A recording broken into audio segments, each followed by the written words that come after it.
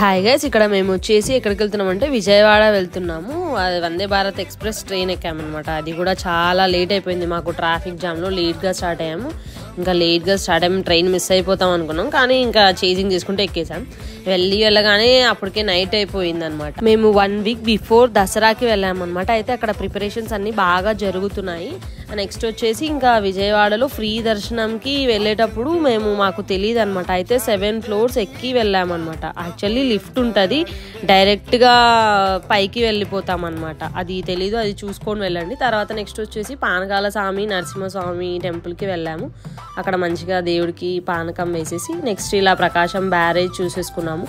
Water చాలా అంటే చాలా బాగున్నాయి. లైట్స్ కూడా మంచిగా వేశారనమాట. రాత్రి వ్యూ అయితే చాలా బాగుంటుంది. అది చూసేసుకొని కాస్త టైం స్పెండ్ చేసి ఇంకా నైట్ ఇంకా ఇంటికి స్టార్ట్ అయిపోయామన్నమాట. Bye guys.